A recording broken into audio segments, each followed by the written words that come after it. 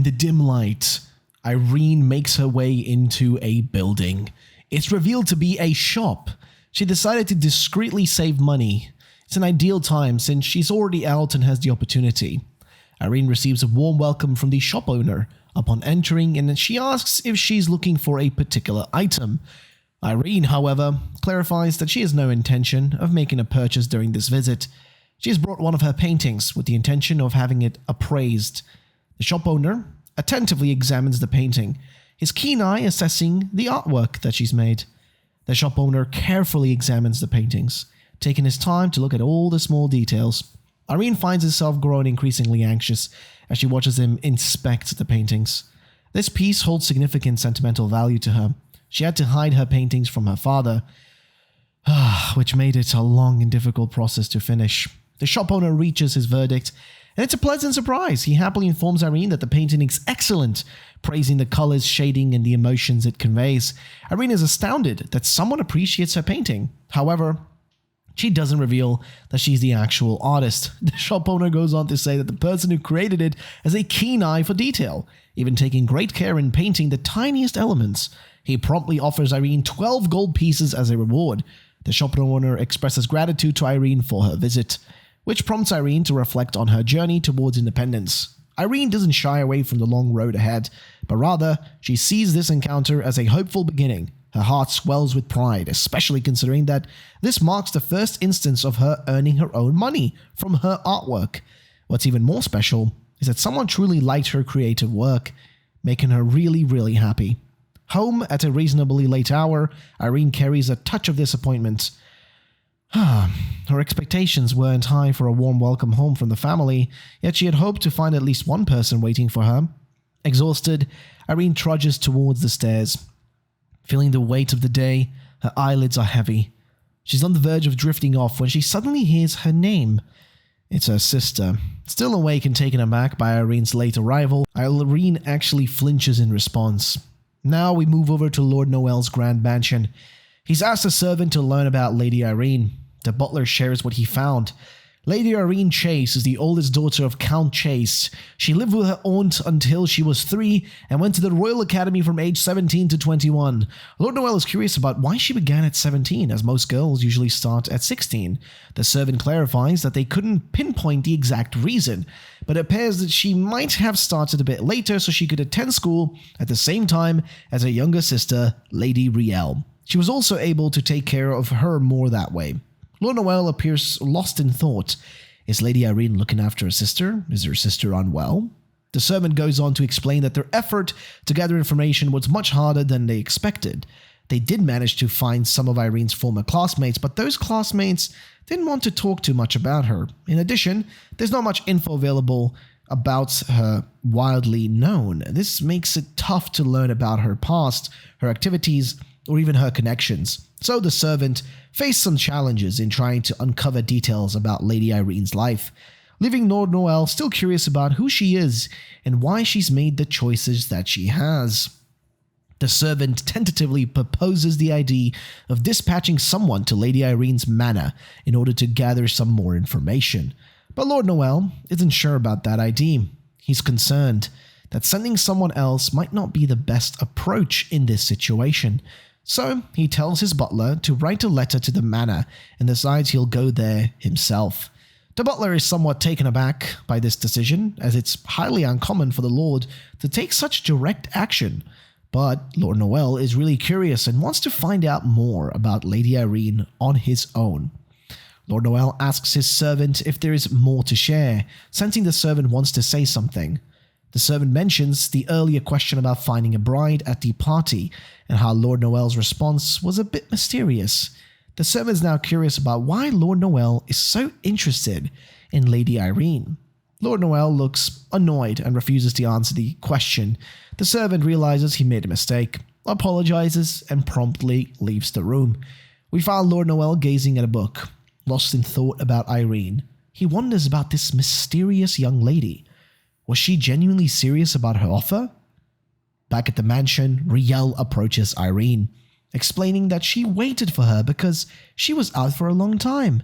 She compliments her sister's looks and wonders if there were many men interested in her.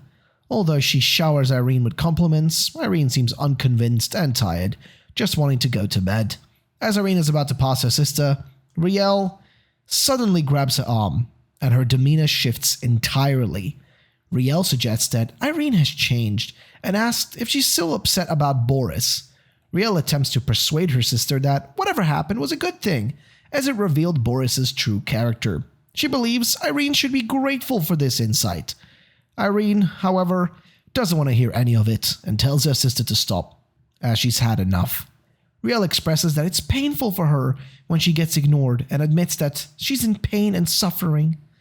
Irene finds it difficult to respond to her sister, but chooses to speak up. She tells Riel to stop using her illness against her, as it's not fair. Riel seems confused, so Irene clarifies that even if she had married Boris without knowing his true self, it's not Riel's problem, and Irene doesn't owe her thanks for it. That would be ridiculous. Riel wants to respond, but Irene cuts her off. She firmly states that she doesn't want to discuss this topic any further. Not now, not ever again.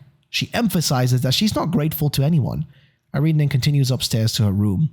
Riel appears frustrated, as this wasn't the response that she was hoping for. The maid holds a letter in her hands, and as she starts to look at it, she realizes that it's for Irene. She has a concerned look at her face. She's surprised, as Lady Irene never usually gets any sort of mail or letters from anyone, and it's truly shocking to her. However, behind her, the silhouette of a woman appears, and the poor maid is caught in shock. It's Lady Riel. She asks her if the letter was for her sister. The maid exclaims and tells the young lady that she shouldn't be up and about walking, as she should be in bed resting and taking it easy. The lady exclaims and says that she felt lonely without her sister or Irene around, and that she was considering going for a walk. The maid falls for this obvious lie, and this is when Riel takes the opportunity to ask if the letter is for Irene.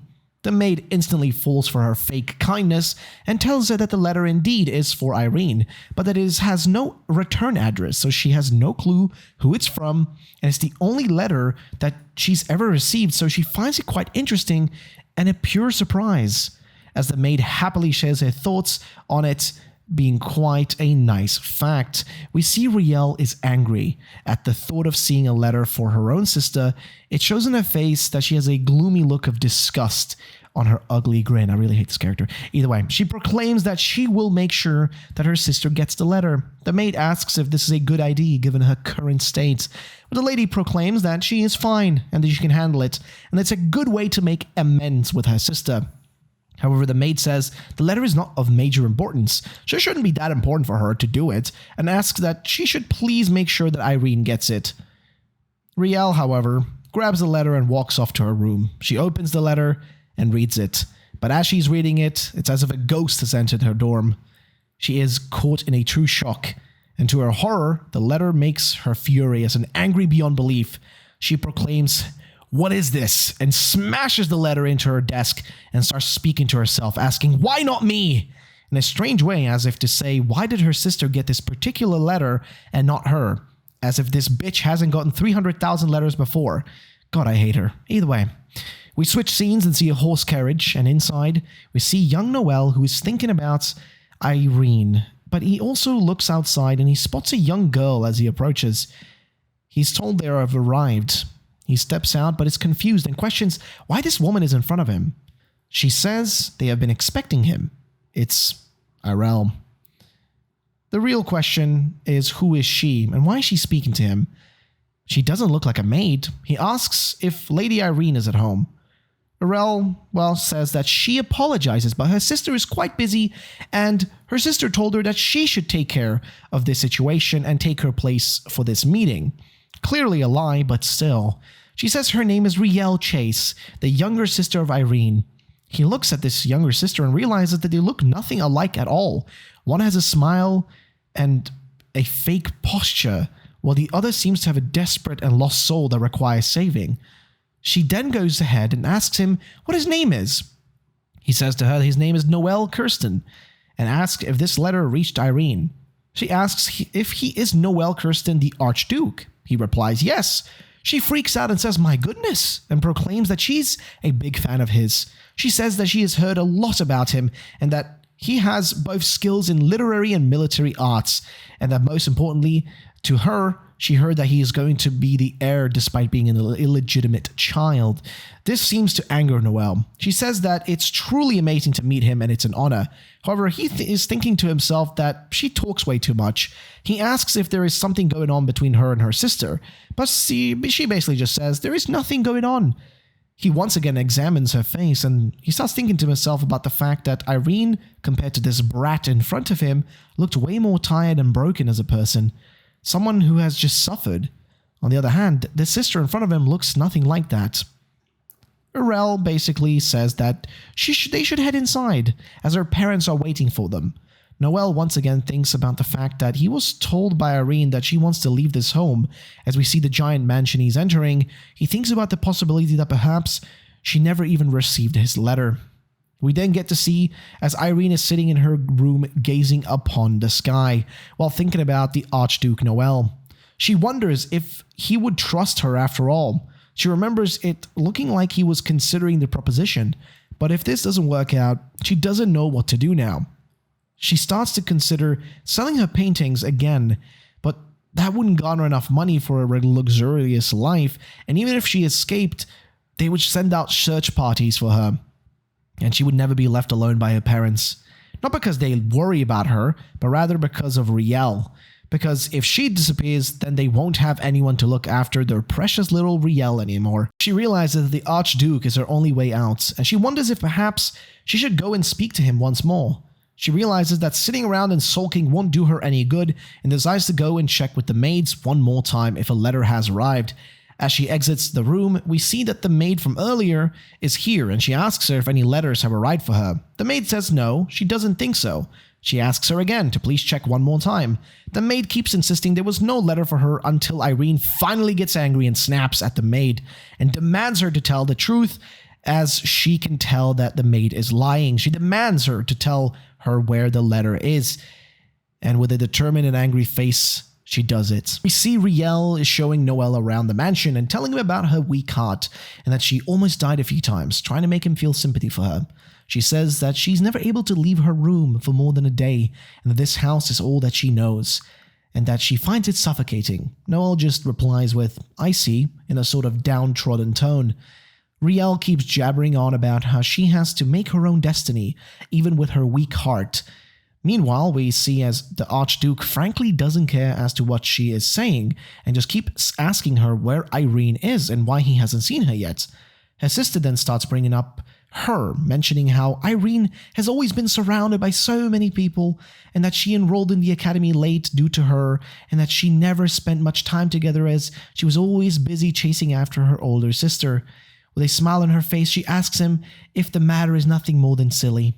We do notice how Noelle's thoughts were so far away. All he could think about to himself is how much this girl in front of him is lying. He can tell that she's lying. He can see right through her lies like it's nothing. But that's the problem. He knows. He knows who the real victim is here. She asks Noelle to wait for a bit as she needs to let her parents know that he is here.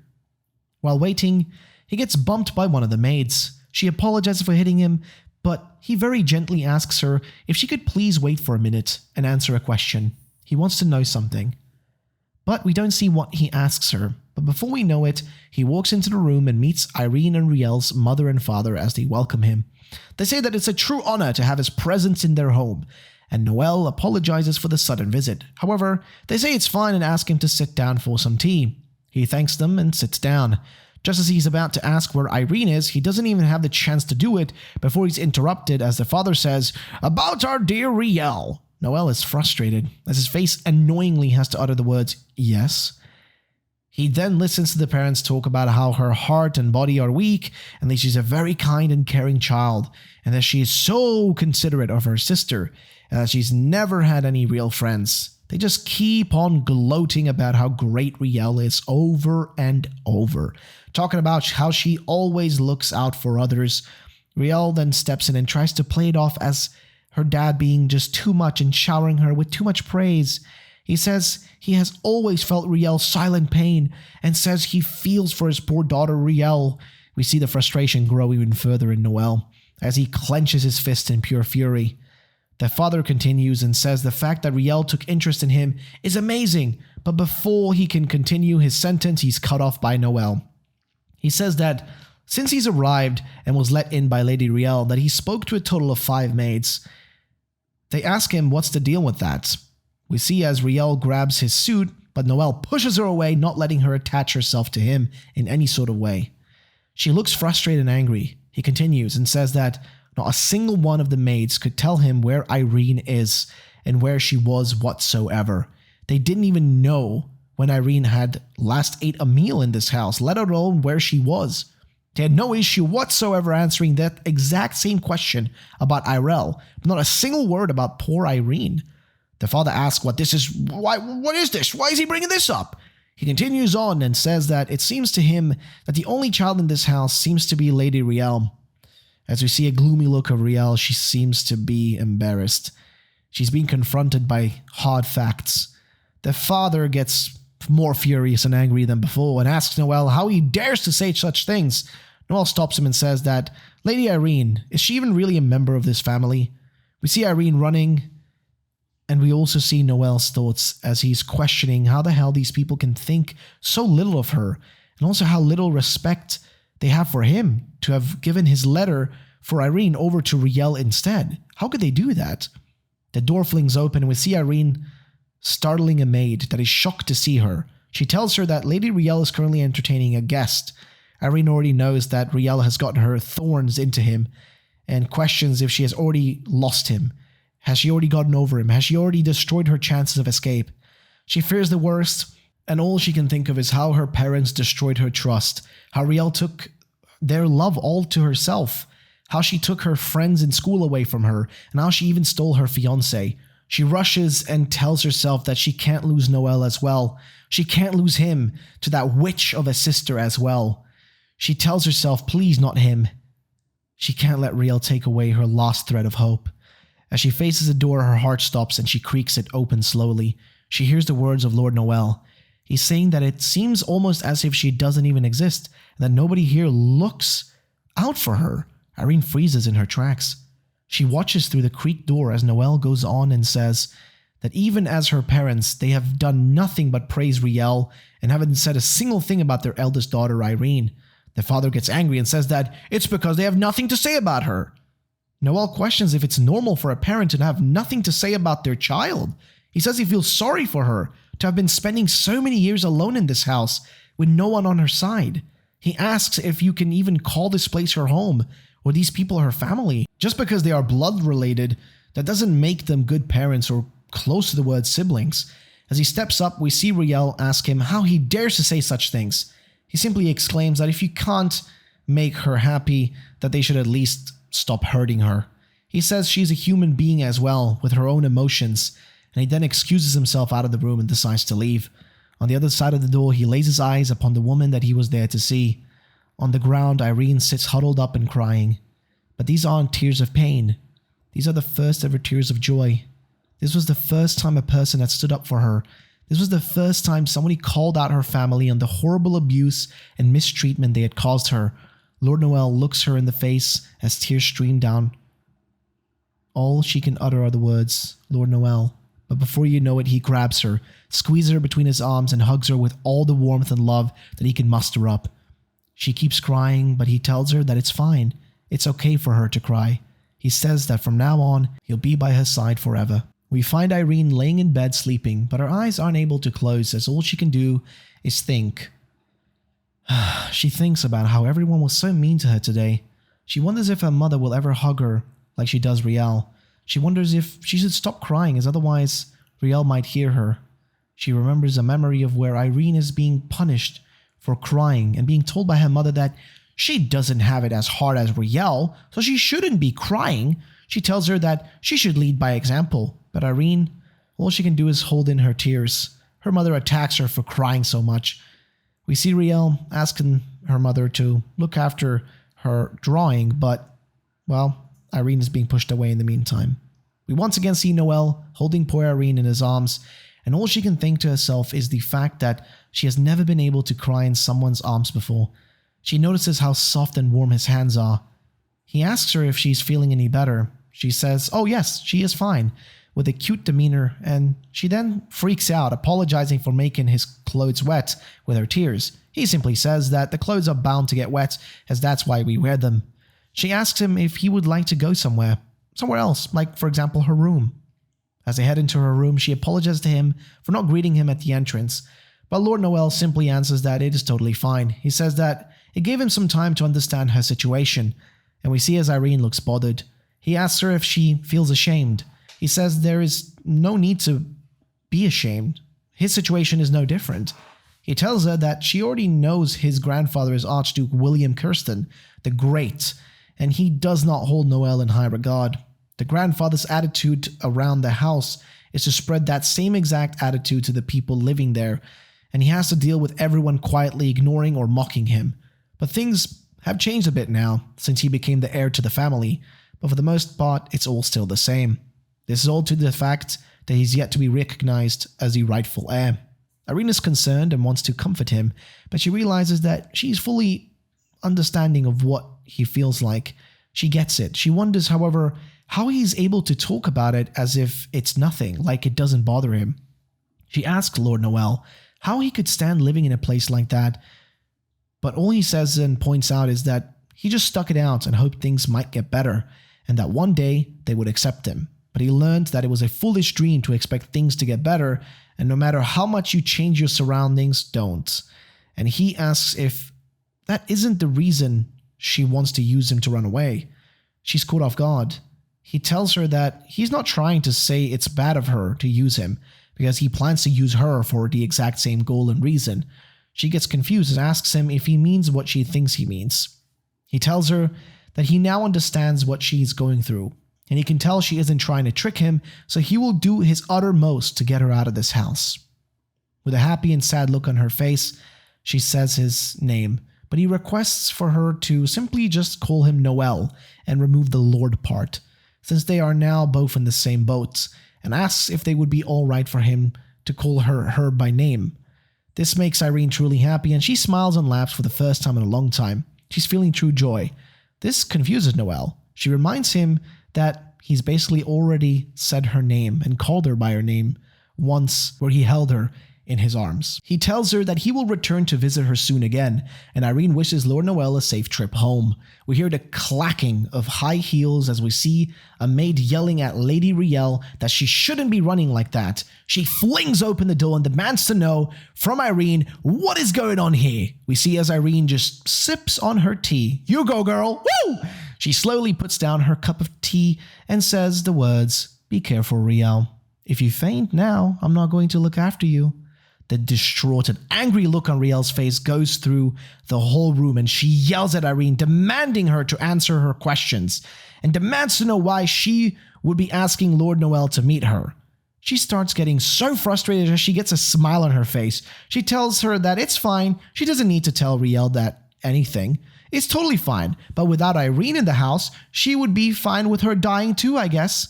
Irene simply stops her and says, "I told you, don't weaponize your illness."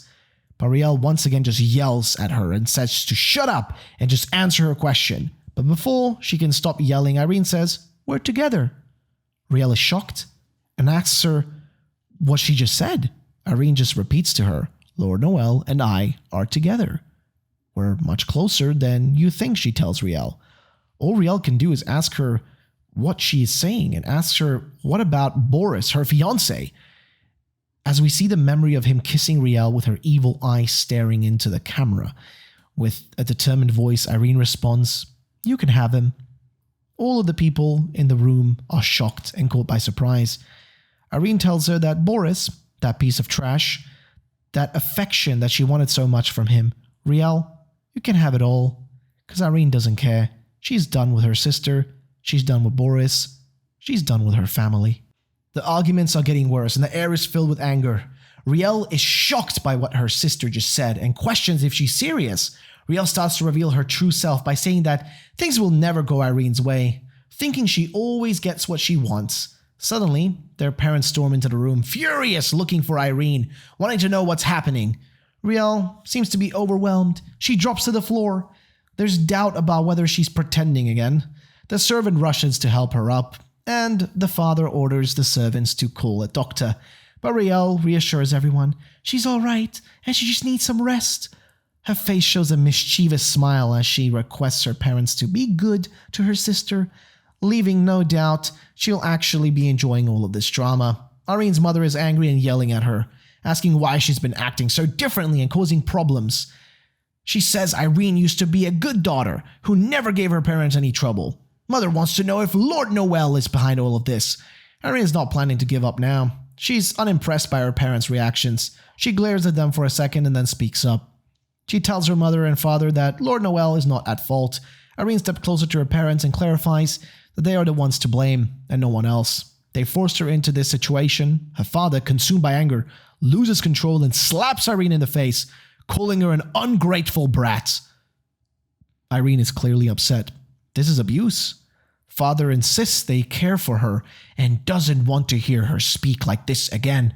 This only confirms Irene's belief that her parents see her as nothing more than a means of assisting Riel. Irene is angry and says she's going to get some rest. She wants everyone to leave. Her father seems like he wants to keep arguing, but her mother stops him. She thinks it's better to calm down and leave Irene for now. They're almost out of the room when her mother warns Irene that she'll regret what happened today. Irene doesn't pay it any mind. Irene touches her cheek. It's really sore. Her father used a lot of force. She's had this happen before and wonders why it feels somewhat different this time. It doesn't hurt as badly as it did in the past. She recalls the moment when she was in Lord Noel's embrace, and it makes her smile. Somehow, he's already been helping her a lot. 1 week later, we find Irene in bed, deep in thought. She hasn't heard from the Lord yet, not a single word since, and she's worried that something may have gone wrong. She thinks that maybe Archduke Christian and the possibility that he might even not approve of her. All she wants to do is to help her new friend. There's a knock on the door. A servant comes in to inform Irene that her mother wants to see her immediately. Irene doesn't quite trust it and asks why. The maid answers she'll understand once she goes downstairs. Mother is just being authoritative at this point, as always. Irene glances at herself in the mirror. She needs to be strong now. There's no need to be scared. Irene has to stay confident, no matter what happens. She made this decision a long time ago, and she's not going to change her mind anymore. Irene exits the room and goes down the stairs. We spot Riel standing beside Boris. He calls for Irene. Riel has a big smirk on her face, enjoying Irene's suffering once more.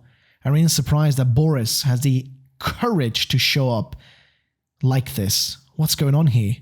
We also see Mother, who is displeased with her oldest daughter's response. She mentions that this isn't how to greet a guest and instructs Irene to come downstairs. Irene is clearly not in the mood and is about to leave but doesn't get the chance. Suddenly, Boris hugs her. He grabs her. We can see that Irene is uneasy and doesn't want to be hugged by him. Boris quickly asks for her forgiveness and insists that Irene should listen to him. He says it's all just a misunderstanding. Irene has no intention of letting him manipulate her. She kicks him. Disgusted by Boris's words, Boris kneels down and admits he lost his mind for a moment. He says he forgot how important Irene is to him. He calls himself a terrible person and asks for forgiveness. He acknowledges that he was wrong, but also mentions that he was feeling lonely. Irene thinks it must be a joke. She can't believe what she's hearing. Has Boris gone crazy? Boris continues his speech, saying that he has always gave his full affection to her, but it didn't feel like he got anything in return. It's no secret that Boris was ready to take their relationship to the next level, but Irene stops him before he can say it out loud. She doesn't want to hear it. Is this the man she was about to marry? It's just embarrassing now. Irene can't believe she ever had feelings for this guy. All he wanted was to get in her underwear. Riel steps in, wanting to help Boris by stating it's clear he's genuinely sorry. However, Riel's intervention only makes things worse. She suggests that her sister wasn't exactly a saint in this situation. Boris continues, agreeing with Riel, and claims that Irene held a judgmental attitude towards him because of his family's hardships. Boris is attempting to manipulate Irene, making it seem like she's to blame. It's disgusting, and it has to end now. Irene needs to leave this place. No one is on her side, not her mother, sister, or even the maids, who now seem to be judging her as well. Suddenly, a familiar voice calls out, demanding they cease their actions. Just as Lady Irene requested, she looks up and it's Lord Noel. Is he going to save her? While we see Boris is fuming in anger, he asks who this person is, who he thinks he is, and why is he trying to get in between them. Noel tells him that him and Irene are together. This catches Boris by surprise and he's shocked. He asks him, what? Are him and Irene together?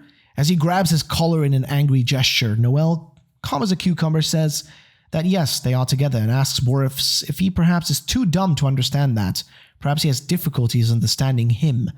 Boris, once again in anger, yells at him and says that this is not what he meant, and he says that Irene is with him and not with this man, whoever he is.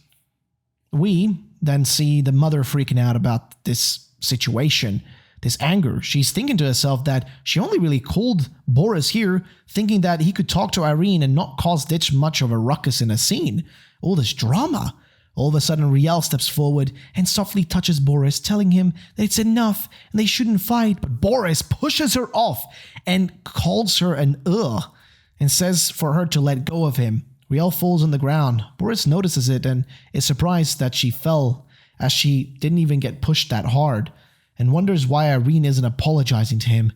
We see the father coming into the room and yelling with pure evil anger in his voice, asking, "What's going on here?" He has a face of disgust and instantly goes to Riel, asking if she's hurt and what happened. She says it's all okay, but that Lord Noel, and before she can even say her full sentence, the father says he will handle things and that Riel should go to rest. The mother takes Riel away, and Riel says that she wants to apologize on behalf of Lord Boris and to please forgive him. Lord Noel says that he isn't the one that should be apologizing. The father steps towards Boris and says he didn't know that Lord Boris was so insolent. He also says to Lord Noel that his family, the Kirstens, are well known and a long historied family with dignity, but that he doesn't think Noel has any of those so-called good treats. Lord Noel apologizes and says that he didn't come to cause trouble in his home, but that he has yet to hear anything back from the letters he sent to Lady Irene. She's shocked to hear this. Letters? She hasn't received any letters. Lord Noel continues and says that while he is here, there is something he wishes to speak to the father about. He asks Irene to join him and walk down the stairs. Before she can do that, Boris yells that Irene should go back to her room and that he will take care of things here. He thinks to himself that Irene has never disobeyed him before, but she doesn't listen to his words and grabs Lord Noel's hand and apologizes for not having checked more thoroughly for the letters. But he tells her that it's all right, it's not her fault. This catches both the father and Boris off guard, as this is the first time she has disobeyed either of their commands. The butler behind Lord Noel hands him a letter and he grabs it and tells the father the reason he's here today is to let the father know that Lord Boris has incurred a great amount of debt under the Chase family name. This surprises the father. He's shocked.